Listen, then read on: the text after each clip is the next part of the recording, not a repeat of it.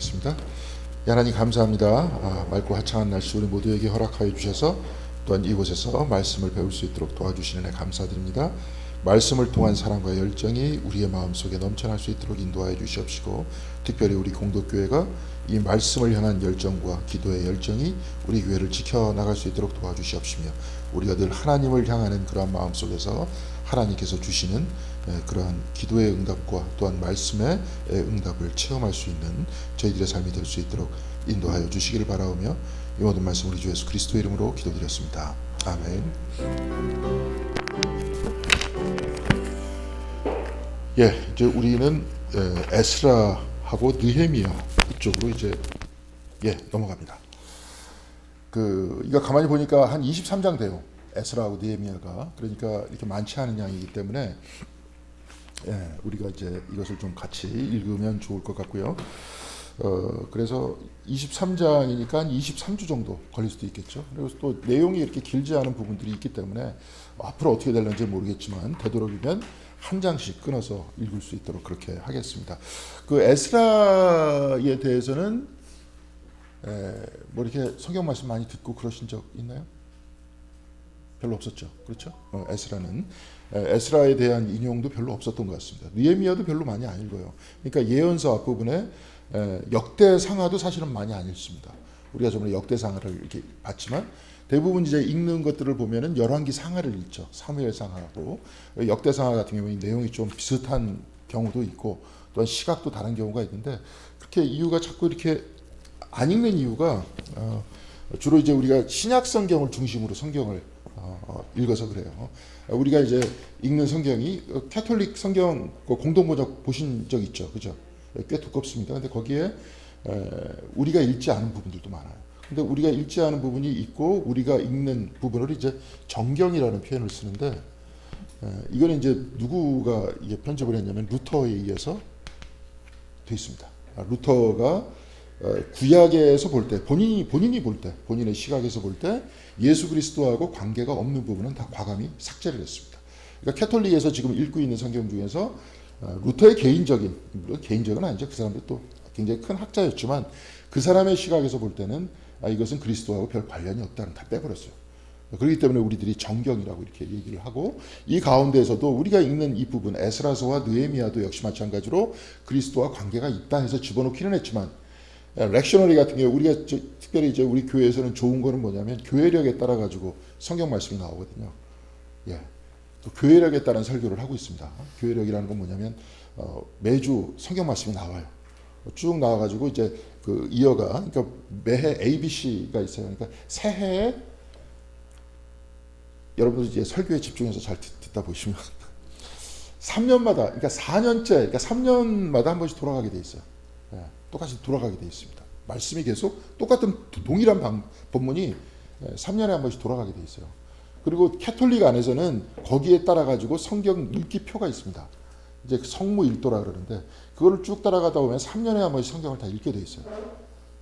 우리 교회에서는 이제 막 자주 읽고 많이 읽고 그러는데, 저는 이제 먼저 교회 있을 때 보니까 일주일 만에 성경을 다 도파를 하겠다. 일주일 만에. 그럼 어떻게 도파를 하느냐? 자리에 앉아 있습니다. CD를 돌려요. 그래도 어떤 목사님이 읽기 시작하는데 못 알아듣습니다. 너무 빨라서. 그러니까 나중에는 졸면서 그냥 듣는 겁니다. 그래서 일주일 딱 지나면은 성취감이 있을 것 같아요, 없을 것 같아요? 그래도 있겠죠. 그래도 나 6시간 동안 버티고 앉아 있었어. 의자에 앉아서. 이제 그 나름대로 사람들은 자꾸 의미들을 찾더라고요. 그래서 한참 그게 유행일 때가 있었습니다. 성경을 일주일 만에 다 읽겠다. 근데 그렇게 읽어서 또 무슨 소용이 있겠습니까? 이 안에 있는 뜻을 파악하고, 과거에 이제 루터가 성경을 지금 이렇게 정경을 이렇게 구성을 했다 그러는데, 루터가 그 사람이 이제 어거스틴의 수도사였거든요. 수도사 생활을 할 때도 성경책 전체를 가지고 있었던 사람이 없었어요. 독일에. 여러분 다 가지고 있잖아요. 여기 앞에 다 성경을 가지고 있지 않습니까? 독일에 성경을 가지고 있는 사람이 없었다. 그리고 성경책 전체, 신구약 전체를 딱 묶어가지고 한 권을 가지고 있는 데가 딱 한 군데 있었습니다. 루터 시대. 어디 있었을까요? 교황청에 있었습니다. 아무도 가지고 있지 않았어요. 그럼 성경을 이 사람들은 어떻게 읽었을까요? 부분 읽었습니다. 가지고 있었던 것들을 가지고 일평생 수도 생활하면서 그렇게 읽었던 거예요. 그러니까 제가 어떤 면에서 볼 때는 그렇게 읽는 방식도 괜찮습니다. 그렇게 해도 그 사람들이 경건에서 벗어났다. 우리가 그렇게 얘기할 수 없지 않습니까? 또 성경 지식에서 벗어났다. 얘기할 수 없잖아요. 그러니까 이제 하나를 가지고도 여러 가지가 이유가 있겠죠. 뭐 이게 2000년 전에 쓴 책이고, 그렇죠? 2000년 정도 다 돼 있고, 구약은 그보다 더 돼 있는데, 지금도 신문에서 이렇게 쭉 신문 기사를 딱 보면은, 그 있는 그대로, 있는 사실을 그대로 얘기해 줍니까? 신문 기사가? 이근조 장관님, 어떻게 생각하십니까? 동아일보는 다 그대로 쭉 나왔나요? 안 그렇습니다. 특별히 이제 하나의 사건을 보고도 보는 시각이 여러 가지이기 때문에 전혀 다른 이야기가 나올 수도 있습니다. 원래는 그래요. 그리고 또 실질적으로 사실을 왜곡하기도 합니다. 제가 이제 어렸을 때 우리 교회 한번 얘기했나요? 우리 교회 다니던 애가 자전거를 타고 가다가 차에 부딪혀서 죽었습니다. 안타까우네요. 애가 굉장히 똑똑한 애였는데. 근데 그 신문 기사를 보니까 기사에서 이렇게 나와 있어요. 아버지한테 생일 선물로 받은 자전거를 타고 가다가 죽었다. 그게 아니에요. 그냥 아버지가 타던 자전거를 타고 가다 죽었는데 갑자기 이야기 자체를 드라마틱하게 만들어야 되기 때문에 그렇게 기술을 합니다. 근데 바로 앞에 있는 사건을 가지고도 이렇게 얘기하는데 2000년 전에 누가 어떻게 썼다는 것들을 어떻게 합니까? 근데 이제 특별히 우리가 이 안에서 읽는 방식은 뭐 역사의 이야기라든지 이렇게 분석이라든지 이 하는 이야기는 뭐냐면 이 안에서 이걸 꺼내려고 하는 거죠. 그렇죠? 신앙. 이 글을 쓴 사람들의 신앙이 어떤 거였고 오늘 이것을 우리가 어떻게 받아들여야 될 것인가 이걸 읽는 것이잖아요. 그러니까 그런 겁니다. 그래서 루터가 읽기에도 이렇게 돼 있는데 그런데도 우리가 3년마다 한 번씩 돌아가는 렉셔너리 안에서는 에스라는 언급이 되지 않습니다. 느헤미야는 가끔 언급이 되는데 에스라는 없어요. 그럼 왜 해야 될까요? 안 했기 때문에 해야 됩니다. 얄미워 맞기 때문에 이거 도대체 무슨 얘기를 쓰고 있는지를 살펴봐야 될 것 같고요. 역대상하 같은 경우에도 마찬가지입니다. 이게 이스라엘 역사를 쫙 기록한 것 같지만 굉장히 후대에 쓰여진 가장 늦게 쓰여진 성경책 중에 하나예요. 구약에서. 그리고 그 순서를 이렇게 맞게 배열을 했는데요. 우리가 한번 살펴보도록 하겠습니다. 여러분들 역대하 36장 22절 이게 790페이지에 있습니다. 790페이지.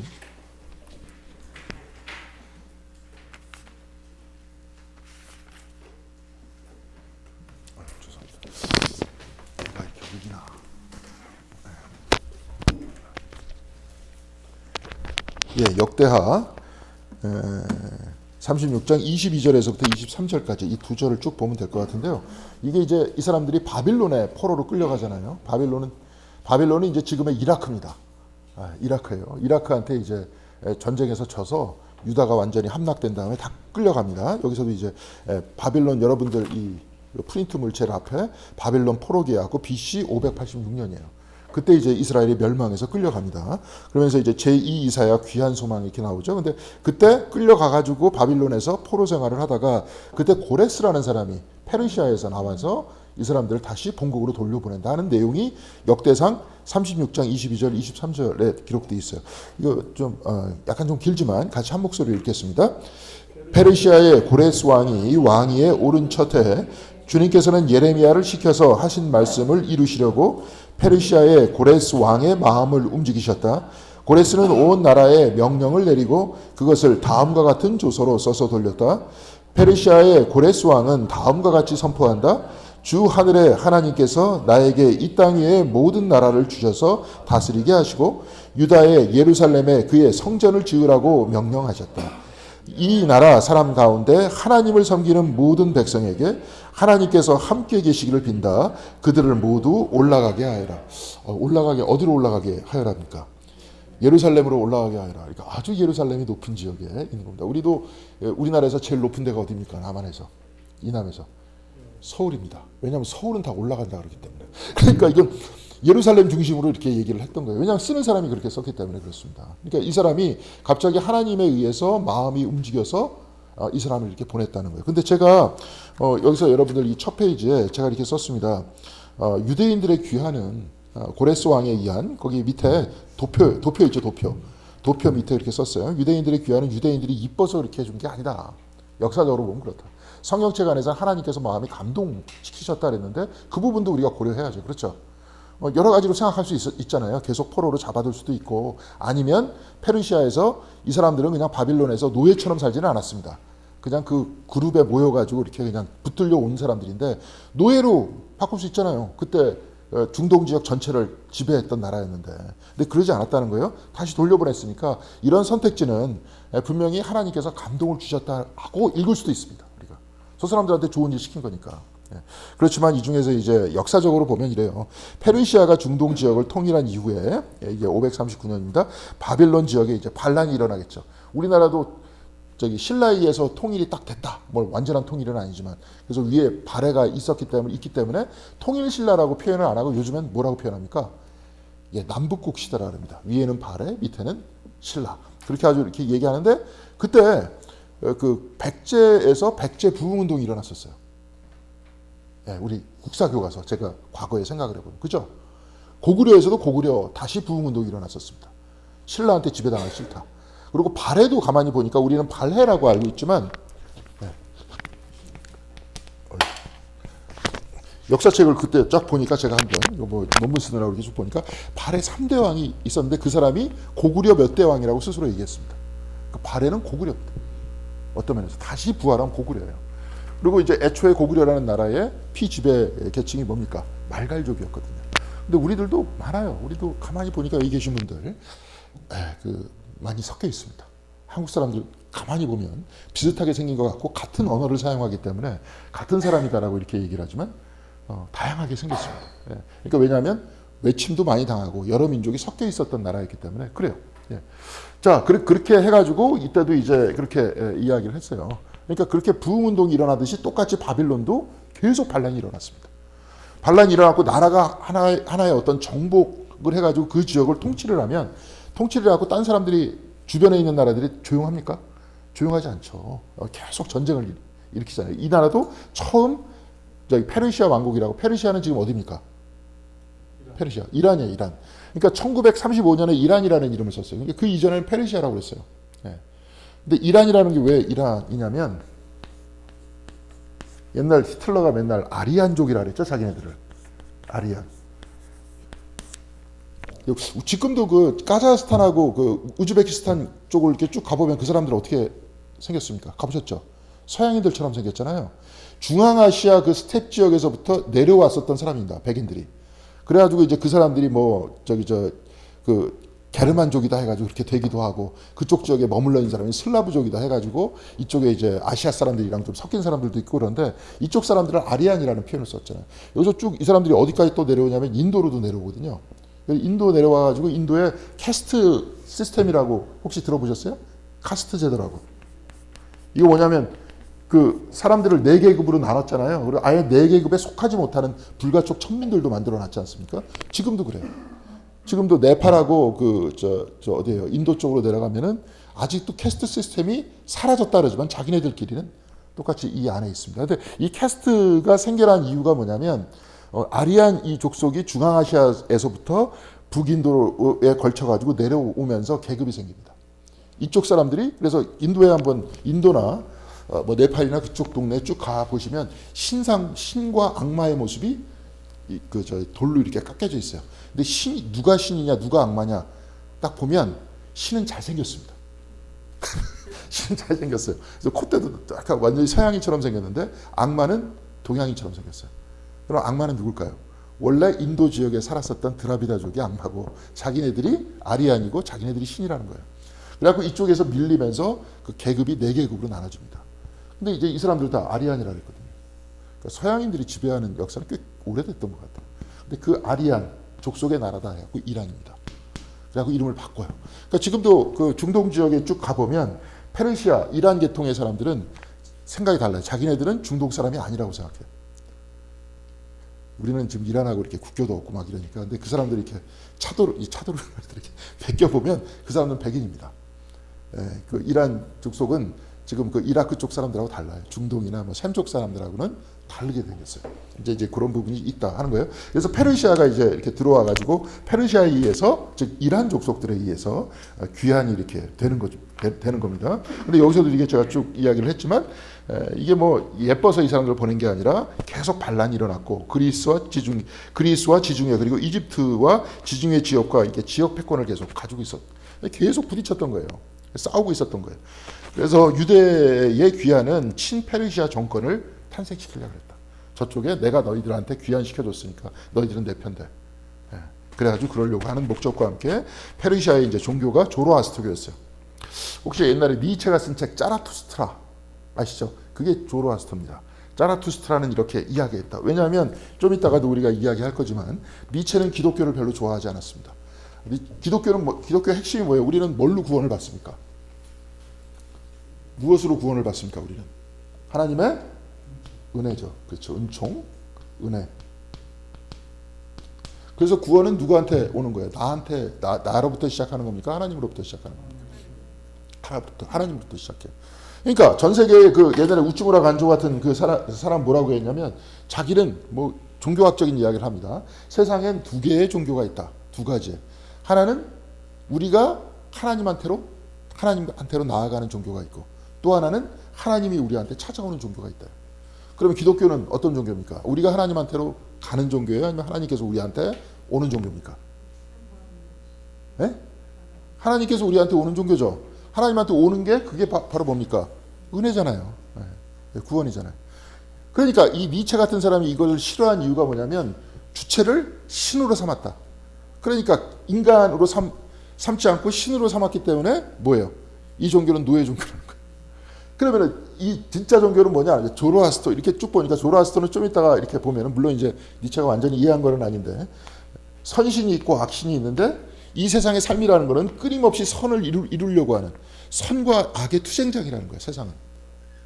원래는 그렇지 않았습니다. 근데 이렇게 나중에 조로아스터가 이렇게 됐어요. 선과 악의 투쟁장이었어 가지고 악을 끊임없이 극복해내려는 것. 극복해내려는 게 뭡니까? 의지잖아요. 자기의 의지로서 끊임없이 악을 극복해 나가는 것.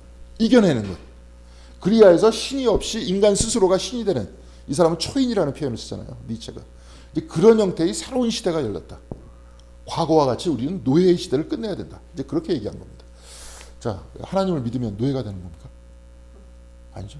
근데 이 사람은 이제 신학을 했었던 사람이었지만 잘못 이해를 했던 거죠. 물론 이제 이 사람이 뭐 니체는 많이 방어해 주더라고요. 주변에 있는 사람이. 나 같은 사람이 니체식으로 얘기하면 당장 기독교에서 쫓겨날 텐데 니체는 어떻게 해서든지 신학자들도 막 보호해 주고 주변에 있는 사람도 보호해 주고 난리를 칩니다. 내가 볼 때는 글도 논리적으로 쓴 게 아니라 다 단편이에요, 이 사람은. 왜냐하면 논리를 구성할 수가 없었어. 질병을 알았기 때문에. 편두통을 알았기 때문에. 나중에 이제 그게 또 무슨 질병이 하여튼 뭐 그래서 그렇게 됐어요. 근데 이제 나중에 보면 조로아스터교가 그런 거예요. 똑같이 내가 하나님께 찾아가는 거예요. 의지를 통해 나를 극복해 나가면서 선을 끊임없이 선택하면서 하나님께로 찾아가는 거예요. 그러면 구약의 율법이라는 것도 뭡니까? 율법. 왜 바울이 이렇게 끊임없이 율법을 거부했을까요? 율법을 그렇죠. 의지예요. 율법을 거부한 게 아니에요. 사실은 어떤 면에서. 율법으로 내가 구원받는다고 생각했기 때문에 거부했던 겁니다. 율법을 통해서 내 의지에 따라 율법을 지켜서 내가 구원한다면은 하나님께서 나를 구원하는 게 아니라 누가 나를 구원하는 겁니까?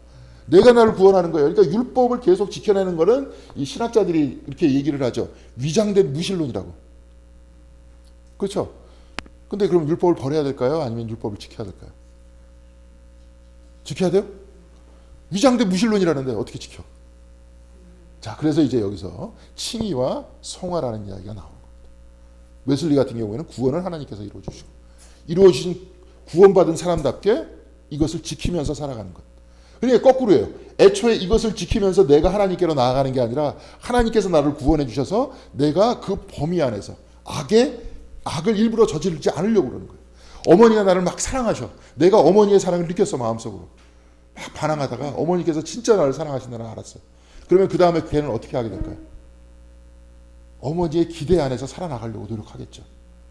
근데 애초부터 그런 어머니에 대한 사랑이 없이 이게 뭡니까? 어머니의 기대 안에서만 살아가려고 하면 어떻게 될까요? 나중에 이제 머리가 커지면 어머니한테 그러겠죠. 어머니가 해준 게 뭐가 있냐? 내가 다 해가지고 여기까지 왔는데. 이제 그렇게 되겠죠. 이제 그런 이야기가 여기 들어가 있습니다. 이제 조로아스터가 그런 부분들이 있어요. 그러니까 커다랗게 그런 부분이 있고 나머지 교리 같은 건 굉장히 놀랍도록 유사합니다. 나중에 한번 그 뒷부분에 그 뒷페이지에 있습니다. 그래갖고 그때 조로아스터를 좀 더 자세히 설명을 할 수 있도록 할게요. 그래서 이제 바빌론 포로기가 먼저 앞에 있었고 그 다음에 그 제2 이사야 귀환의 소망이 그 안에 있어요. 그러니까 우리 성경책을 보면 이사야서도 언젠가는 한번 읽을 텐데 꽤 길어요. 66장까지 있는데 이사야는 세 가지로 구성되어 있습니다. 물론 이제 여기서도 그 제2 이사야라 그랬죠. 이사야는 제1 이사야가 있고 2 이사야가 있고 3 이사야가 있습니다. 이사야서가 66장으로 기록되어 있는데 1장에서부터 39장 이때가 제1 이사야라 그래요. 이건 뭐냐면 기원전 8세기입니다. 아시리아가 북이스라엘을 멸망시키고 유대 땅을 위협할 때 그때 시기에 쓰여진 말씀이에요. 근데 나중에 아시리아가 바빌론한테 멸망당하거든요. 이게 이제 40장에서부터 55장입니다. 이때 바빌론한테 나라가 멸망하고 붙들려 가는 거. 그게 이제 제2사야에서 기록되어 있습니다. 그러니까 한 사람이 썼다고 볼 수가 없어요. 이게 8세기니까 거의 이렇게 쓰려면 거의 200년을 살아야 되는 거 아닙니까? 그렇잖아요. 제3 이사야는 뭐냐면 56장에서부터 66장까지. 이거는 이제 이스라엘이 막 귀환하려고 할 때. 그러니까 이게 586년이라면 여기서부터 그 이후에 포로기 이후에 막 귀환하려고 할 때 쓰여진 말씀이에요. 그러니까 똑같이 이사야지만 이렇게 세 가지 부분이 있다는 거예요. 그래서 여기서 여러분 이렇게 쭉 보면은 제2 이사야의 귀한 소망이라고 이렇게 나와 있죠. 하나님께서 우리를 다시 돌려보내 주실 것이다 하는 신앙 고백이 제2 이사야에 나온다는 거예요. 그러니까 우리가 근데 그 이후에 여기서 BC 538년 있죠. 그러니까 약 한 50년 동안 붙들려 있었던 거예요. 바빌론에. 그래가지고 BC 538년에 페르시아에 의해서 귀환을 합니다. 지금 고레스에 의해서 이제 귀환당한다 그러잖아요. 귀환했다고. 그러니까 그것이 우리가 좀 아까 읽었었던 역대하 36장 22절에서부터 23절까지의 말씀이 바로 있다라는 거예요. 이때 딱 되다 보니까 이스라엘은 어떤 공동체예요? 신앙 공동체죠. 신앙 공동체가 있기 위해서는 뭐가 필요합니까? 성전이 필요했던 거예요. 자, 우리 개신교는 성전이 필요할까요? 안 필요할까요? 개신교는 사실은 성전이라고 얘기 안 하죠. 그럼 교회라 그러죠. 교회라 그러기도 좀 모호합니다. 개신교는 사실은. 근데 우리 감리교는 또 모호해요. 또. 그러니까 개신교 신학이 예를 들어서 감리교하고 뭐 장로교하고 성결교 통합을 다 하는 신학이 있는 게 아니고 감리교는 감리교 신학이 있고 장로교는 장로교 신학이 있어요. 근데 특별히 이제 우리 그 카톨릭하고 개신교의 차이점이 뭡니까? 교황이 있고 그게 이제 제도적 차이점이죠. 신앙 고백적 차이점 안에서는 성모님이 있어요, 없어요? 우리는 없습니다. 우리 성모님을 찬양하지 않습니다. 왜 그래요? 그러니까 개신교 안에서는 성모 마리아를 별로 안 좋아해요. 왜? 우리는 별로 알기 때문에. 근데 왜냐하면 마리아가 상징하는 건 뭡니까? 계속 얘기하지만 교회예요. 이 교회라는 것은 교황에서부터 말단 사제까지 이르는 교회 조직입니다. 근데 개신교는 있어요, 없어요? 그게 없어요. 그러니까 마리아가 없는 거예요. 신학이 이렇기 때문에 그랬던 겁니다. 그래서 실질적으로 제가 한번 몇 번 얘기했던 것 같은데 성당 안에 딱 들어가면은 뭐가 있다 그랬어요? 그 안에 암실이 있다 그랬죠. 암실 안에 뭐가 있냐면 영성체가 있습니다. 예수님 떡이 있어요. 떡, 몸. 비슷하죠. 교회 안에 교회의 뱃속에 누가 있는 겁니까? 그리스도가 있는 거예요. 성모 안에 그리스도가 있는 거예요. 그러니까 그렇게 여기는데 우리는 뭡니까? 깼잖아요. 그래서 교황에서부터 밑에 말단 사제까지 이르는 뭡니까? 교회 조직이 사라졌습니다. 근데 우리 목사가 있잖아요. 목사. 그렇죠? 목사는 누굴까요? 루터 얘기로는 만인 사제예요. 모든 사람이 다 사제라는 거예요. 그러니까 목사를 포함해서 평신도도 사제고 동시에 모든 사람이 다 평신도예요. 그게 평신도 운동이에요. 그럼 교회가 있습니까? 없습니까? 없어요. 개신교 교회에 대해서 중요시 여기면 안 되는 겁니다. 그럼 뭐에 의해서 중요시 여겨야 되냐면 모임이에요. 모임. 나중에 이 모임이 뭐가 되냐면 의회가 됩니다. 지금 막 정당에서 뭐 이제 지금도 대통령이 바뀌었지만 무슨 당 해가지고 의회가 생기잖아요. 그 생기는데 그 뿌리가 누가 그걸 만들었느냐? 루터가 만들었어요. 네. 뭔 말인지 아시겠습니까? 그러니까 이 의회라는 것의 중심도 뭐냐면은 우리가 같은 신앙을 가지고 있는 모임이에요. 근데 이제 지금은 개신교보다도 그러니까 캐톨릭보다도 개신교 예배당이 더 큰 것 같아요. 그죠? 사랑의 교회가 혹시 바티칸에 있는 그 베드로 성전보다 더 크지 않나요? 한번 사이즈를 한번 넓이는 아닙니까? 옆으로 한번 볼까요? 층고가 더 높나? 한번 살펴봐야 되겠습니다. 이 개신교에서도 목숨 걸잖아요. 지금 건물 하나 짓는데 거기도 한번 말씀드렸지만 처음에 그 예산이 2천억이라 그랬나? 2천억. 근데 일주일 만에 1,800억 약정이 들어왔대요. 원금이. 살벌하죠. 지금은 5천억 정도 됐답니다. 그러니까 거기도 빚이 많아요. 지금. 겉으로 볼 땐 굉장히 커 보이지만 빚이 굉장히 많다는 겁니다. 여하튼 뭐 그런 겁니다. 그래서 여하튼 이 사람들의 그 공동체는 뭐냐면 성전이에요. 성전에서 그것이 먼저 세워지고 성전 그 다음에 여기서는 특별히 에스라는 이제 율법 거기서 나왔죠. 성전 공동체를 재건을 합니다. 이때 성전을 만들 때 에스라도 없었고 사실 느헤미야도 없었어요. 그러니까 에스라 1장에서부터 6장까지는 성전을 짓는 모습을 이야기를 해주고 있습니다. 그 과정을. 근데 에스라가 거기 들어가 있지는 않아요. 그러니까 7장에서부터 10장까지는 에스라가 어떻게 율법을 정비하느냐에 대해서 이야기를 하고 1장에서부터 6장까지는 성전 건축에 대한 이야기들을 합니다. 이때 뭐 스룹바벨이라고 아시죠, 그죠? 스룹바벨에 의해서 제2성전이 만들어져요. 그러니까 학계는 막 그러잖아요. 뭐 이전 영광이 나중 영광보다 크리라. 정동교회도 성전을 딱 수리한 다음에 거기다 이렇게 써놨습니다. 지금 영광이 이전 영광보다 더 크리라. 왜냐하면 이전 영광이라는 건 뭡니까? 솔로몬의 화려한 성전이잖아요. 근데 돌아와가지고 돈도 없고 뭐도 없고 하니까 가까스로 성전을 지었단 말이에요. 근데 거기다 학계가 뭐라고 얘기하냐면 지금 영광이 이전 영광보다 더 크다. 지금은 초라한 성전이지만 그렇죠? 지금 귀환해서 신앙 공동체로 모여가지고 같이 예배를 드리는 이 영광이 과거의 화려한 성전보다 더 크다는 거예요. 그렇죠?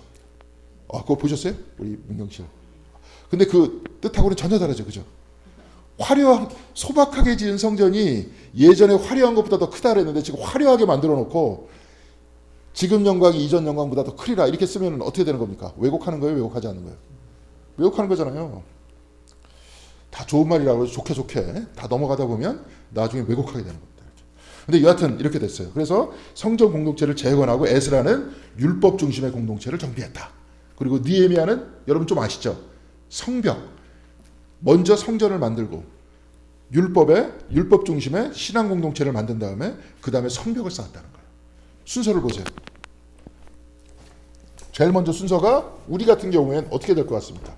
제일 먼저 외세의 침입을 막기 위한 성벽을 만들겠죠. 그렇죠? 그렇죠? 그 다음에 두 번째는 율법을 정리한 다음에 거기에 딱 따라가지고 그 다음에 뭘 만들 것 같아요? 세 번째로 성전을 만들 것 같죠. 우리 같은 경우에 그랬는데 여기는 거꾸로 돼 있습니다. 지금. 먼저 성전 만들고 그 다음에 율법 정리하고 나중에 성벽을 이야기하고. 이게 뭐라는 거예요? 주님께서는 이제 이렇게 얘기했어요. 여기서는 이제 이 사람들이 어떻게 얘기할지 몰라도 우리 신앙적인 시각 안에서 딱 보면 이 사람들은 뭘 중심으로 생활을 했던 것 같아요? 성전, 신앙 위주로 생활을 했던 겁니다. 이 신앙을 지켜내기 위해서 뭐가 필요했던 거예요? 율법이 필요했던 거예요. 그 다음에 국가를 위해서 성벽이 필요했던 겁니다. 자, 아까 쭉 이야기를 했었습니다. 우리는 하나님에 의한 은총을 먼저 믿습니다. 그렇죠? 은총에 의해서 구원을 받아요. 그러면 은총이 먼저 있다면 이걸 뭐라 그럽니까? 저기 신학적으로 칭이라 그럽니다. 의로운 것이 아니라 의롭다고 칭해 주는 겁니다. 누가 칭해 줍니까? 하나님. 하나님께서 우리를 의롭다고 쳐주기 때문에 우리가 구원받을 수 있는 거예요. 그러니까 루터가 만든 찬송가 중에서 이런 거 있죠. 주가 죄를 살피면 이런 이야기가 나오죠. 누가 능히 서리요 이렇게 나오잖아요. 하나님께서 죄를 살핀다 하면 아무도 하나님 앞에서 의롭다 할 수 없다는 거예요. 성경책 안에서도 예수 그리스도께서 뭐라고 합니까? 누가 의로우신 선생님 그러면서 선하신 선생님 딱 물어보니까 말하니까 예수님께서 뭐라 그러십니까? 선한 분은 하나님 한 분밖에 없다 그러잖아요. 그렇죠? 하나님에 의해서 하나님의 은총에 의해서 내가 구원을 받는다. 여기서도 마찬가지입니다. 신앙이 먼저예요. 그 다음에 내가 아까도 얘기했지만 어머니가 나를 사랑하신다는 것을 내가 알게 됐을 때 내가 어머님의 기대에서부터 벗어나지 않으려고 노력하겠죠. 똑같이 내가 하나님께서 나를 사랑하신다는 것을 내가 알게 됐을 때 이것이 은총이고 칭이고 우리 교회에서는 이걸 대중화된 설명 안에서는 뭐라고 얘기합니까? 신학적으로는 칭이라 그러는데 교회 안에서는 뭐라 그럽니까? 은혜 받았다 그러잖아요. 은혜 받았다는 게 뭡니까? 하나님께서 나를 사랑하신다는 걸 내가 알게 되는 거 아니야. 그렇죠? 뭐 딴 거 아닙니다. 무슨 뭐 하늘을 붕붕 날고 막 그 사람이 막 미래를 예언하고 막 이런 사람이 은혜 받은 사람이 아니라 갑자기 손만 대면 병이 나고 막 이거 참 그러면 좋겠죠. 병든 사람 그 옆에 가가지고 손만 대주면 나니까 얼마나 좋아요. 근데 그게 은혜 받은 게 아니라 하나님께서 나를 사랑하신다. 이게 다 신학적인 언어잖아요. 그리고 신학적인 언어는 뭐예요? 체험의 언어예요. 체험을 이렇게 신학으로 바꿔놓은 겁니다. 그렇기 때문에 이거를 내가 알게 되는 거예요. 이게 1차적인 거예요. 그러니까 성전 짓는 거예요. 하나님과 만나야 되니까. 예수님께서는 나중에 이제 하박국서인가요? 내 집은 만인이 기도하는 집이라 그러잖아요. 성전 안에서 물건 막 저 짐승들 성전에서 막 팔고 거기서 돈 착복하고 막 이러니까, 그죠? 성전 안에 있는 짐승들만 가지고 그걸 가지고 제사를 드릴 수 있게 했잖아요. 그러니까 예수님께서 다 뒤집어 엎으면서 성전은 기도하는 집이다. 기도하는 집은 뭡니까? 기도할 때 눈 떠요, 감아요? 감죠. 왜 감습니까? 보이니까. 사람은 보이는데 눈 저 속거든요.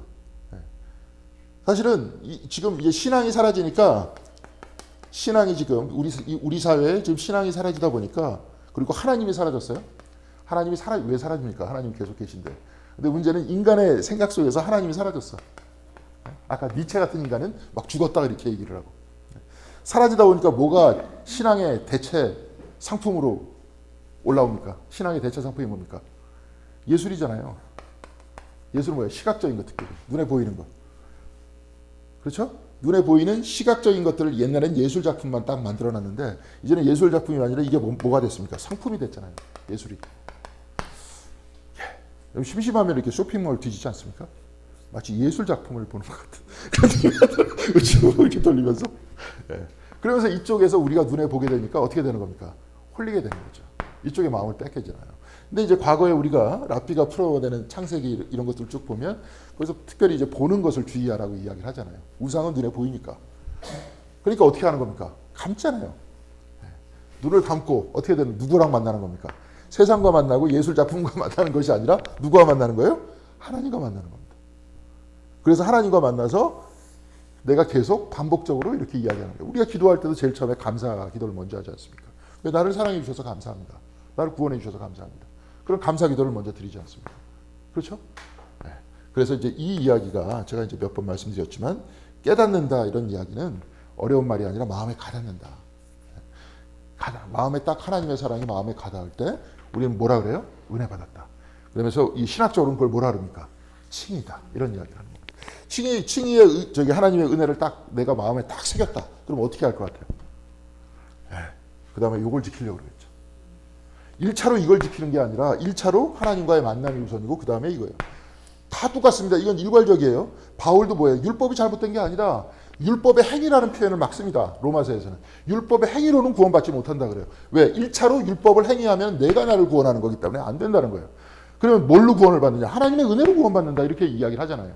하나님의 은혜를 받는데 바울이 또 로마서에서 뭐라 그럽니까? 율법이 쓸데없느냐? 아니다. 필요하다. 이런 이야기를 해요. 이게 뭐냐? 왜 어떨 때는 좋다 그러고 왜 어떨 때는 싫다 그러느냐? 이게 순서의 차이예요. 순서가 1차적으로 하나님의 은총에 의한 구원, 하나님이 나를 사랑하신다는 것을 굳건히 붙들고 그 다음에 뭡니까? 이렇게 가는 거예요. 자, 그러면은 이 다음에 이걸 뭐라 그랬어요? 이제 제가 몇 번 얘기를 했습니다. 이건 은총이고 그 다음에 웨슬리가 얘기했던 게 뭡니까? 성화. 율법을 통해서 마음과 내 자신의 삶이 거룩해지는 거예요. 마음만 거룩해지는 것이 아니라 삶이 거룩해지는 거예요. 이거는 이제 나중에 사실 동방정교에서부터 왔습니다. 그러니까 감리교 신학을 이렇게 쭉 보려면 굉장히 다채로워요. 논쟁도 많겠지만 어떤 면에 있어서는 성공에서부터 나왔기 때문에 캐톨릭적인 요소들도 굉장히 많습니다. 또 하나는 동방정교회 같은 이야기만. 성화는 뭐냐? 하나님의 성스러움에 참여하는 겁니다. 내 삶을. 땅에 살지만. 이게 왜 그러느냐? 웨슬리가 여러분들 뭘 합니까 지금? 주일날. 속회하시죠? 속회하는 목적이 성화의 목적입니다. 성화 되려고 속회하는 거예요. 속회는 어디서부터 왔느냐? 수도원 운동에서부터 왔어요. 제가 웨슬리 그거 얘기할 때 했잖아요. 그러면서 이 사람 메소디스트라 해갖고 하루 온종일 시간을 정해가지고 뭐 공부하고 기도하고 저녁 때까지 쫙 기록해놨잖아요. 그렇죠? 거기서 속회에서 모여서 이 속회는 뭐냐면 직고라 그랬습니다. 수도원에서 스승한테 자기 자신의 마음을 직고하는 거예요. 내가 이런 마음, 오늘 하루 살다 보니까 이런 마음이 들었다. 뭐 했다. 그럼 스승이 그 이야기를 듣고 성경책 몇 장을 읽고 기도하고 어떻게 해라. 이걸 가르쳐 줬던 거예요. 근데 속회에서 그럼 어떻게 해? 누가 직고를 하면 누가 얘기합니까? 그리고 마음속에 있는 얘기도 그대로 못 하겠죠? 얘기하면 소문나잖아, 교회. 그러니까 어려운 겁니다. 그러니까 이제 은유적으로라도 이야기를 하면서 내가 신앙적으로 이런 어려움이 있다. 기도해달라. 그런 거잖아요. 그렇죠? 그럼 신앙적으로 바로 서기 위해서 속회하는 거고 여러분들이 성화되기 위해서 속회하는 거예요. 속회에서 이렇게 자꾸 이렇게 죄송합니다. 여러분들은 안 그러겠지만 주로 속회는 남 욕하는 자리예요. 아니죠? 여러분들은 아닐 거라고 믿습니다. 이렇게 괜히 뭐 교회 뭐 행사에 대해서 불평불만 얘기하고 그런 게 속회가 아니라 속회는 성화를 위한 장소다. 여기도 똑같습니다. 먼저 성전을 세우죠, 그죠? 그다음에 율법을 이야기합니다. 그래서 나중에 국가가 가요. 국가가 우선이야. 신앙이 우선입니다. 저도 이제 맨날 요즘에 막 이렇게 얘기하고 요즘엔 아주 저거예요. 정광훈 목사 같은 사람 나와가지고 지금 아주 그냥 지금 오늘 아침에 아주 또 난리를 치더라고 그 사람이 나와가지고. 근데 그런 사람들이 자꾸 이렇게 엉뚱한 소리를 하니까 지금 여기서도 봐요. 제1차적인 게 신앙이죠, 그죠? 근데 나중에 세 번째 우리가 선택해야 되는 게 그 다음에 정치잖아요. 근데 이게 위로 올라가 버렸어 이렇게. 신앙 위로 올라가 버렸다니까요. 그러니까 저도 이렇게 말 조심해야 돼요. 저도 운영 중에. 왜냐하면 저는 분명히 여러분들한테 저 생각이 다르다 그랬습니다. 근데 그걸 가지고 평가를 하잖아요, 교회에서. 이걸 가지고 얘기해야지, 교회에서는. 신앙을 가지고. 그렇죠? 네. 그런 얘기가 이렇게 되어 있습니다. 그래서 에스라 그 앞에서는 성전 건축에 대한 얘기가 나오고 그 다음 율법 공동체 나오고 그 다음에 느헤미야의 그 성전 성벽 재건이 이렇게 나오는 것이다. 이런 걸 쭉 보면 될 것 같아요. 여기서 이제 제가 시기 사건하고 역사적 사건, 뭐 관련 인물, 역할감 이렇게 쭉 얘기를 했는데 그냥 옆에 그냥 쭉 제가 읽을게요. 이게 친숙한 이름이라 해서요. 그러니까 기원전 586년에 바벨론의 1차 이제 포로 붙들려 갑니다. 이때 이제 우리가 읽는 그건 예레미야하고 에스겔이 있고요. 또 그게 있습니다. 아까도 얘기했던 이사야도 있고요. 네, 그 다음에 550년에서 539년 바빌론 내에서의 유대 공동체가 형성됩니다. 근데 이 사람들은 이집트의 노예는 아니었어요. 그냥 그 공동체 안에서 살았던 사람이고 붙들린 사람들이었습니다. 이때 이사야서 40장에서부터 55장까지의 제2 이사야가 등장을 합니다. 그래서 제2 이사야는 주로 뭐냐면 위로하는 말씀이에요. 여러분들도 한번 마음에 고통스러울 때 여기를 펼쳐보십시오. 이사야서 40장에서부터 55장. 주로 여기서 계속 위로하는 말씀이 많이 나옵니다. 그러면서 미래에 대한 비전도 이야기를 성전 재건에 대한 이야기도 위로의 구원의 보편성을 이야기해요. 난 이방의 등불로 내가 너희를 세웠다. 이미 제2사야 때 이야기를 합니다. 그리고 539년에 아까 이제 우리가 읽었었던 페르시아의 고레스 대왕 바사 제국이라 그랬습니다. 과거에 우리는 바사의 고레스 대왕이 바빌론을 정복을 해요. 그리고 나서 유대인들이 귀환하죠. 그죠? 칙령을 내렸다 그랬잖아요. 에스라 1장 1절에서부터 4절까지 연결이 되고요. 이건 다음 시간에 한번 보겠습니다. 우리가 좀 아까 읽었었던 역대하 36장 22절에서부터 23절까지의 말씀이 바로 여기에 기록되어 있습니다. 자, 그래서 538년에서 520년 기원전이죠. 여기에 이제 1차 귀환이 일어납니다. 이때 돌아오기 시작해요. 여기에 이제 에스라 1장에서부터 6장까지가 여기에 대해서 기록합니다. 그렇다고 해서 에스라가 아까도 얘기했지만 이때 같이 돌아오느냐 그런 게 아닙니다. 에스라는 7장에 등장을 합니다. 근데 이때 이제 스룹바벨이라고 돼 있죠. 스룹바벨이라는 사람에 의해서 그 사람의 지도하에서 성전이 다시 재건이 됩니다. 네.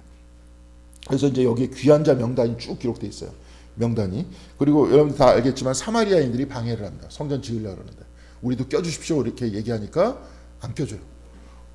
여러분 잘 보세요. 이게 사마리아 사람이 누굽니까? 사마리아가. 사마리아 사람 누구예요? 이스라엘, 북이스라엘 사람이에요. 여러분들 누가복음에 보면 착한 사마리아 사람 이렇게 돼 있죠. 사마리아 사람 차별했다고 돼 있잖아요. 사마리아 사람 차별했습니다. 그래서 유대인들이 갈릴리에서부터 유대 지도가 쭉 있으면 여기가 갈릴리예요. 한 이쯤이 사마리아입니다. 여기가 유대. 이게 이제 갈릴리. 예수님이 갈릴리였잖아요. 사마리아. 여기가 유대 땅이었습니다. 근데 갈릴리 사람들이 유대인인데 이 이주 정책을 펴가지고 갈릴리로 갔거든요. 갈릴리 사람이 유대 땅으로 올 때 어떻게 왔는 줄 아세요? 이렇게 그냥 안 옵니다. 이렇게 돌아옵니다. 100길로 오는 사람들이 있었겠죠. 근데 예수님께서는 요한복음 4장에 볼 때 어떻게 합니까? 이쪽에 갈릴리에서부터 유대 땅으로 내려올 때 어디를 거치냐? 사마리아를 거칩니다. 그래서 누구를 만납니까? 우물가 여인을 만나잖아요. 예수님은 그냥 온 거예요. 근데 사람들이 이렇게 돌아갔어. 이방인이다. 막 이래가지고 이방인. 왜 이방인이냐? 이 사람들이 아시리아한테 이 사람들 똑같이 붙들려 가거든. 그래서 아시리아가 바빌론한테 멸망해. 멸망하니까 이 사람들이 다시 어떻게 합니까? 다시 먼저 귀환했던 사람이에요.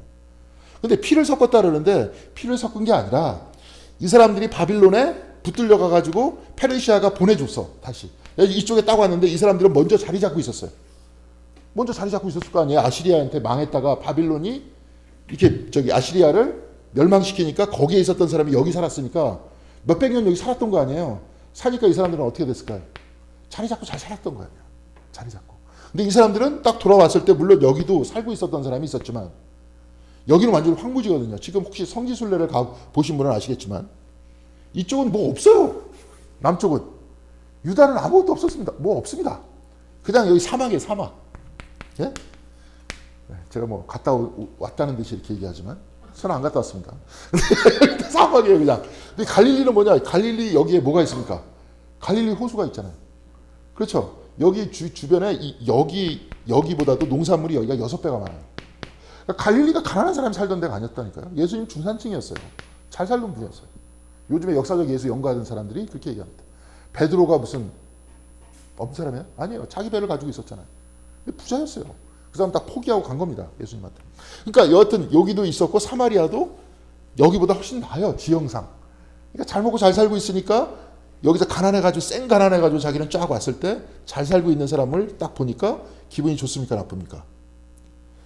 아이 뭐 저 사람들은 미리 왔으니까 자리 잡고 잘 사는 거지. 우리는 지금 왔잖아. 이렇게 생각하면 되는데 사람들이 그렇게 생각 안 해요. 아 우리는 쌩고생하는데 쟤는 뭐야 저거. 그래가지고 이제 성전을 딱 건축한다 그러니까 이 사람들도 아 우리들도 원래 이스라엘 사람이잖아요. 성전 건축할게 그러니까 안 껴줘 그런 겁니다. 안 껴줘. 안 껴주니까 서로 좋아요 안 좋아요? 안 좋아진 거죠. 서로 사이가 안 좋아졌어요. 계속. 예수님 시대 때까지도 사마리아 사람들은 싫어하잖아요. 이랬었다는 거예요. 그래가지고 사마리아 사람들이 자기네들 안 끼워주고 성전을 지으니까 어떻게 합니까? 방해하게 됐다 하는 거예요. 그러니까 옛날이나 지금이나 사람들 사는 삶의 방식은 비슷합니까? 안 비슷합니까? 다 비슷합니다. 다 그냥 그 사람이 그 사람입니다. 옛날 사람들이 거룩한 것도 아니고. 자, 그래서 성전 재건이 이제 완료가 되는 게 520년에서부터 515년 사이에 완성이 됩니다. 이제 이때가 이제 학개하고 스가랴 있죠. 그 예언서에서 성전 이제 완료된 다음에 거기에 대해서 이야기를 하고 아까도 얘기했지만 학개가 지금 영광이 이전 영광보다 더 크다 이렇게 얘기했던 겁니다. 자 그래가지고 이제 완공이 되는 거는 에스라서에서는 에스라 6장 15절에 기록되어 있습니다. 그래서 458년경에는 2차 귀환이 이루어져요. 그러니까 한꺼번에 다 온 게 아니라 이게 조금씩 온 겁니다. 2차 귀환이 일어났을 때 에스라 7장에서부터 10장까지 에스라가 등장을 합니다. 성전 다 건축한 다음에 그 다음에 에스라가 들어온 거예요. 자 그럼 에스라가 처음에 딱 가가지고 성전을 짓지 않고 건축한 다음에 딱 왔다. 그럼 이 사람은 어떤 사람일 것 같아요? 고위직입니까? 아니면 밑에 있었던 사람입니까? 고위직이에요. 이 사람은 제사장이고 신학자였으면서 동시에 페르시아의 고위직이었습니다. 그렇기 때문에 뒤에서 다 뒷조성을 한 거예요. 그래서 쭉 해가지고 만들었어요. 그래서 2차 기원 때 에스라가 등장하고 이때 에스라가 율법을 정비하기 시작합니다. 그것이 이제 에스라서에 기록되어 있는 이야기고요. 그리고 445년에 3차 기원이 있습니다. 이때 느헤미야가 등장하는 겁니다. 그러면서 성벽을 쌓는 거예요. 네, 무슨 말씀인지 아시겠죠? 예, 이제 어느 정도 이제 머리에 쫙 잡힐 것이다. 이렇게 얘기합니다. 네, 생각이 듭니다. 시간이 많이 갔지만 그 밑에 에스라를 줄임말로 라라 그럽니다. 라. 네, 왜냐하면 에라고 딱 얘기하면 에가 어디에 또 있습니까?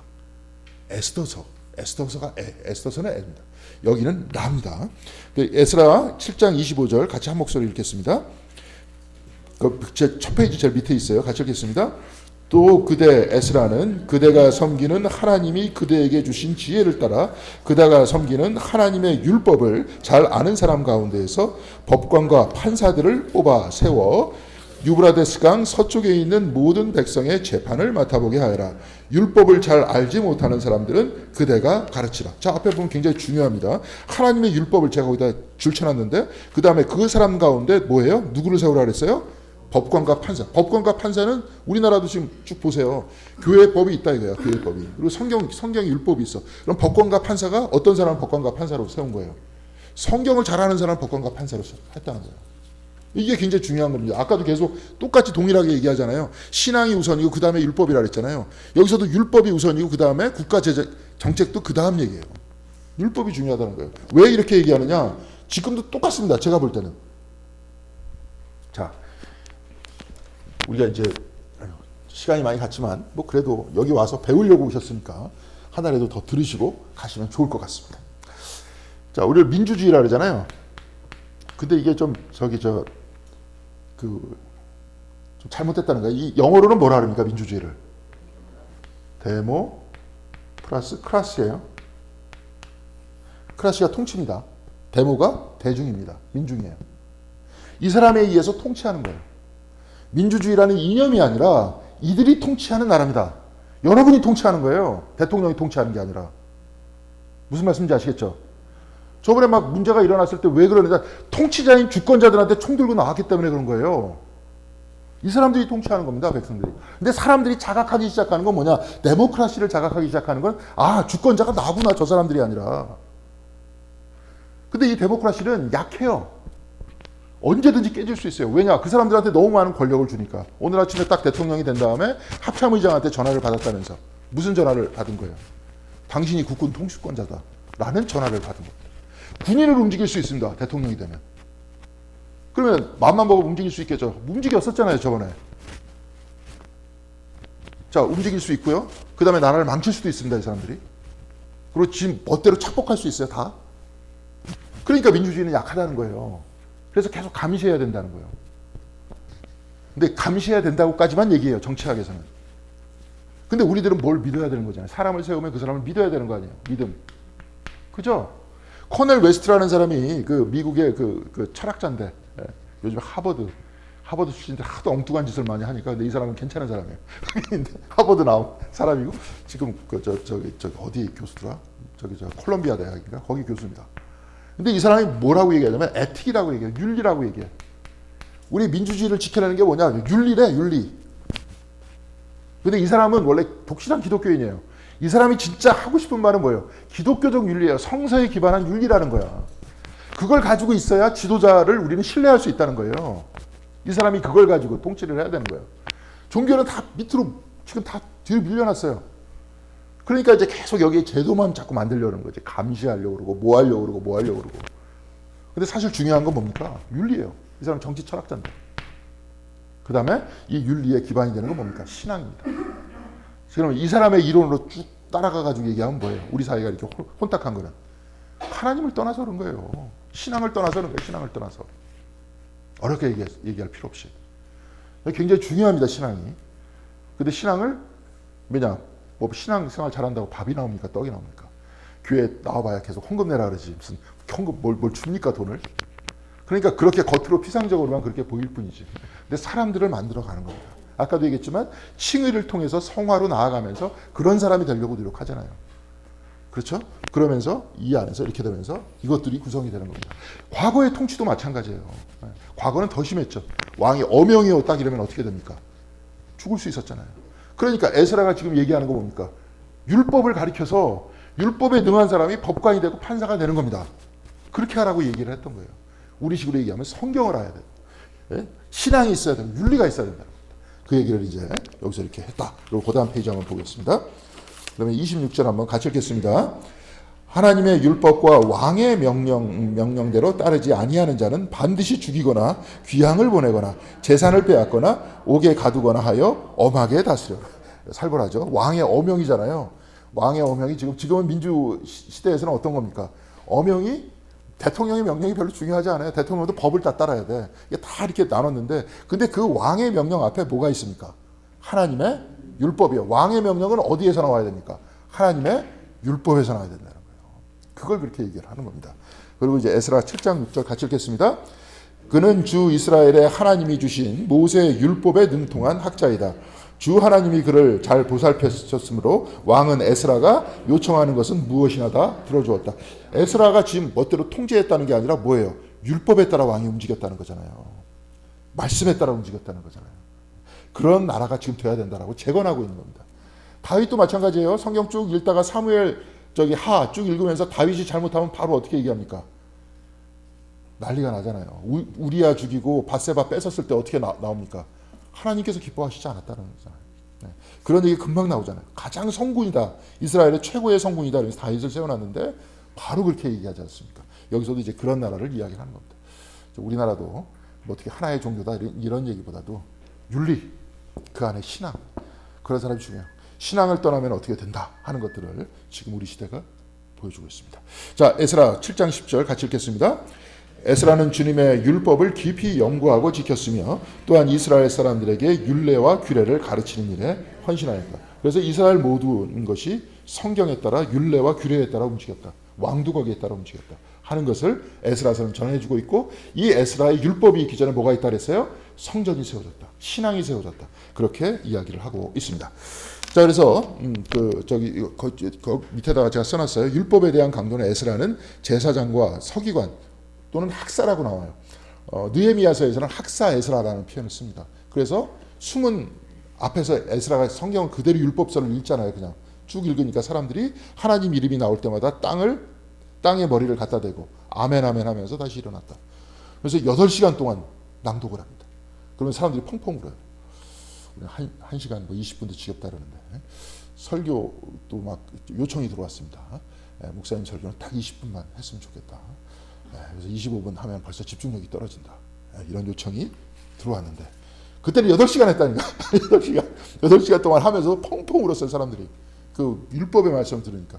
그러니까 이제 에스라가 그런 얘기 하잖아요. 오늘은 좋은 날이니까 울지 말라. 울지 말라. 그런 얘기 하지 않습니까? 그러니까 말씀을 사모하면 8시간이 문제입니까? 예전에 뭐 누가 중국에서 부흥회 한 얘기를 하더라고요. 부흥회를 하는데 한 4-5시간 동안 막 사람이 설교를 하는데 한국 사람이 옆에 통역 세워가지고 그러니까 한 2시간 정도 한 거죠. 그러니까 말이 배로 이렇게 늘어나니까 4시간, 5시간 됐다는데 이제 기도하고 이렇게 내려가니까 막 붙들더래요. 더 해달라고 말씀. 그게 열정이에요. 말씀에 대한 열정이에요. 우리나라도 과거에 그랬을 거 아니에요. 제가 좋아하던 이용도 목사도 설교를 한 번 하면 5시간 동안 했다. 5시간 동안 설교를 했대요. 그냥 5시간이 금방 지나가듯이 지나갔다. 근데 그 사람이 언변이 있고 설교의 능력이 있다. 그렇게 얘기할 수도 있겠지만 또 한편은 뭡니까? 사람들이 그만큼 말씀을 사모했다는 거예요. 그러니까 이 5시간이 금방 지나가는 것 같다. 이렇게 느꼈다는 거예요.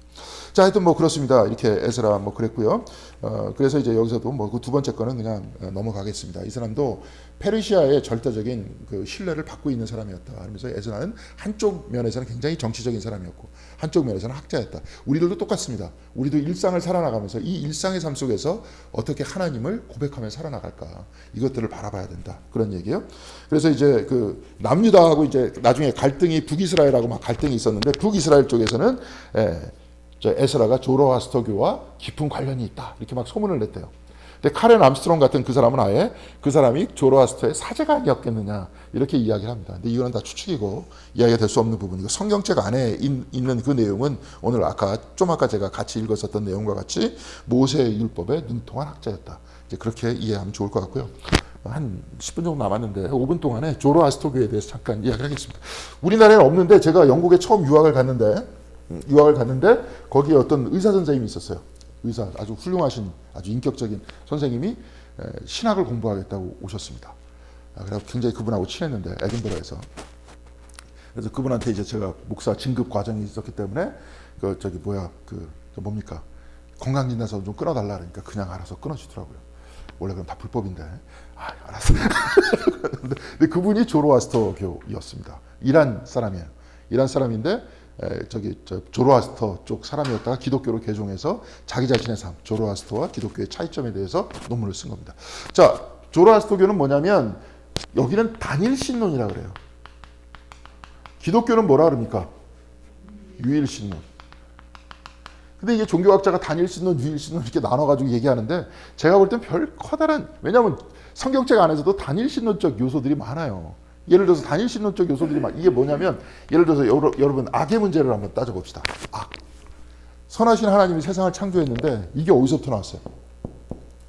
어디서부터? 악이 어디서부터 나왔습니까? 그럼 하나님 안에 악이 있습니까? 하나님 안에 악이 있다는 소리 아니에요, 그러면. 악이 지금 존재하니까. 모르겠죠? 그러니까 이제 이게 프로블럼 오브 신이라고 죄의 문제가 특별히 이제 조직 신학을 공부하는 사람, 이제 철학적 신학을 공부하는 사람한테는 굉장히 중요한 부분이에요. 악이 어디서부터 출발했느냐. 잘 모르겠죠? 그래서 이제 어거스틴 같은 사람이 바로 이 문제에 걸렸기 때문에 기독교를 떠나서 어디로 갔냐면 마니교로 갑니다. 마니교는 아예 선신이 따로 있고 악신이 따로 있어요. 선악이 딱 구분이 되어 있습니다. 그러니까 악신이 있기 때문에 악이 나왔다. 얘기하면 되잖아요.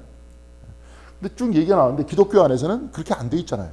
그래서 떠났다가 나중에 다시 하나님의 아까 은총에 대해서 이렇게 얘기를 하는데 우리가 성경책에서 어거스틴이 이야기하는 창세기 제3장에 악의 문제가 딱 나왔을 때는 어떻게 됩니까?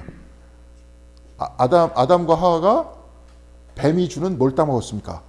선악과를 따먹었다 이렇게 돼 있잖아요. 그렇죠? 근데 선악과를 따먹었다는 게 악이라는 게 아니라 그 이전에 굉장히 중요한 부분이 있습니다.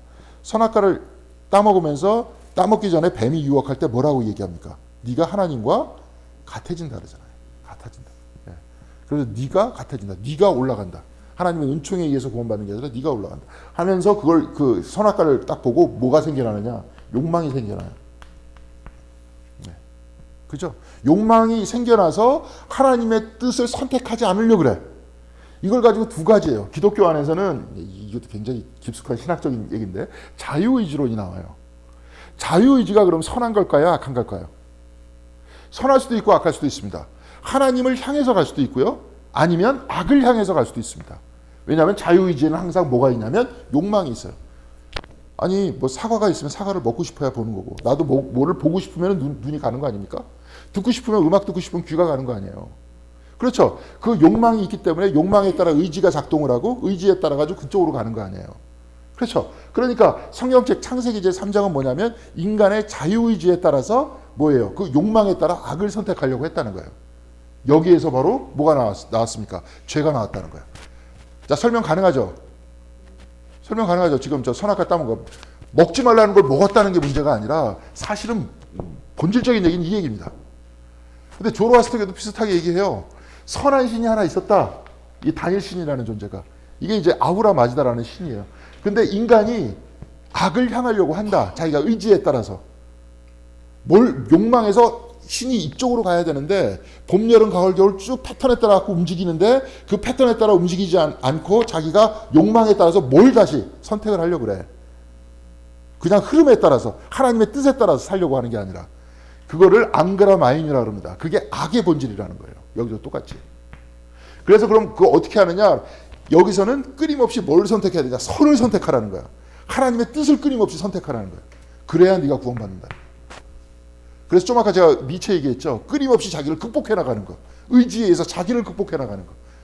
그 사람이 바로 초인이다라고 얘기할 수 있는 그 근거가 조로아스터교에서 나온 거예요. 그 사람한테는. 근데 기독교에서는 뭐라고 얘기합니까?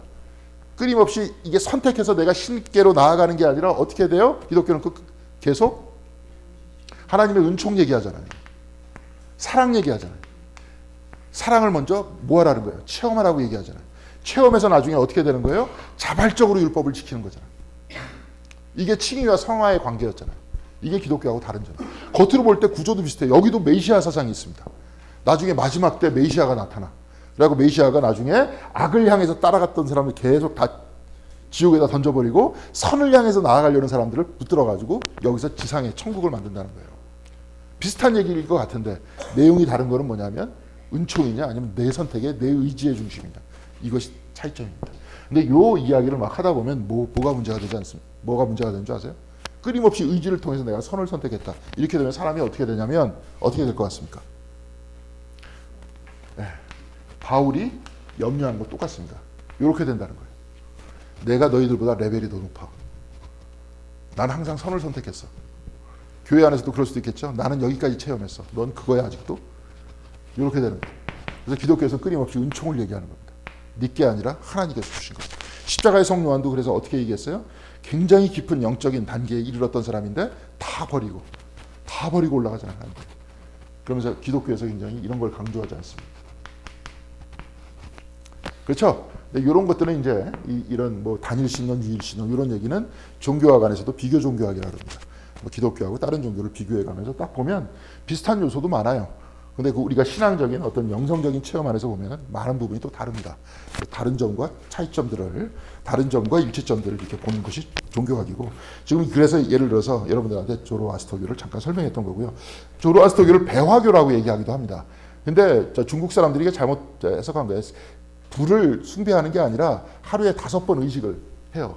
그리고 이 빛이라는 게 지혜를 뜻합니다. 아후라 마지다의 지혜를 뜻해서 배화교가 처음에 있을 때부터 그 신전에 있었던 불꽃은 지금까지 꺼지지 않았어요. 계속 숯 집어넣고 계속 태우는 겁니다. 이제 이 사람들은 그게 이제 신앙생활이고 그게 예식이고 그렇게 해나가는데 우리가 그럽니다. 이제 밑에서 야스퍼스 그 얘기는 시간이 많이 가서 몇 번 얘기했습니다. 예, 여러분들한테 얘기했고 한 다음 시간에 잠깐 이걸 얘기를 하고 그 다음에 마칠 수 있도록 그렇게 하겠습니다.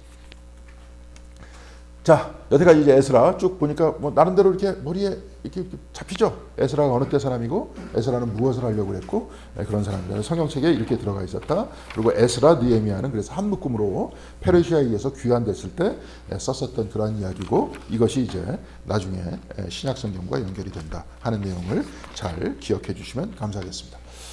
자, 저 혹시 질문 있으십니까? 예, 여기서 여러분들한테 이제 말씀드리는 게 교인들한테 제가 이제 여태까지 들들 안 볶았는데 이제 볶으려고 합니다. 직장이 있으신 분들은 어쩔 수 없겠지만 뭡니까? 왜냐하면 교회에서 유일하게 성경에 대한 지식을 배울 수 있는 데는 어디밖에 없어요. 이 시간밖에 없습니다. 주일날 설교 한번 딱 물론 이제 그것만 듣고 그냥 할 수 있겠지만 제가 가만히 보면 옛날에 그런 책이 있어요. 내가 왜 이걸 지금 알았을까? 라는 내가 그때 그거를 알았으면 얼마나 좋았을까? 그런 얘기도 있습니다. 아까 칭의하고 성화도 이거 설명 듣기 전에 지금 처음 들으신 분들도 많을 겁니다. 그런 내용, 왜 기독교가 이러는가? 이런 부분들도 많은 부분 해소할 수 있고 질문할 수 있고 여기서 성경 안에서 좀 더 깊이 있게 읽을 수 있기 때문에 이 시간에 좀 참여하는 게 좋을 것 같아요.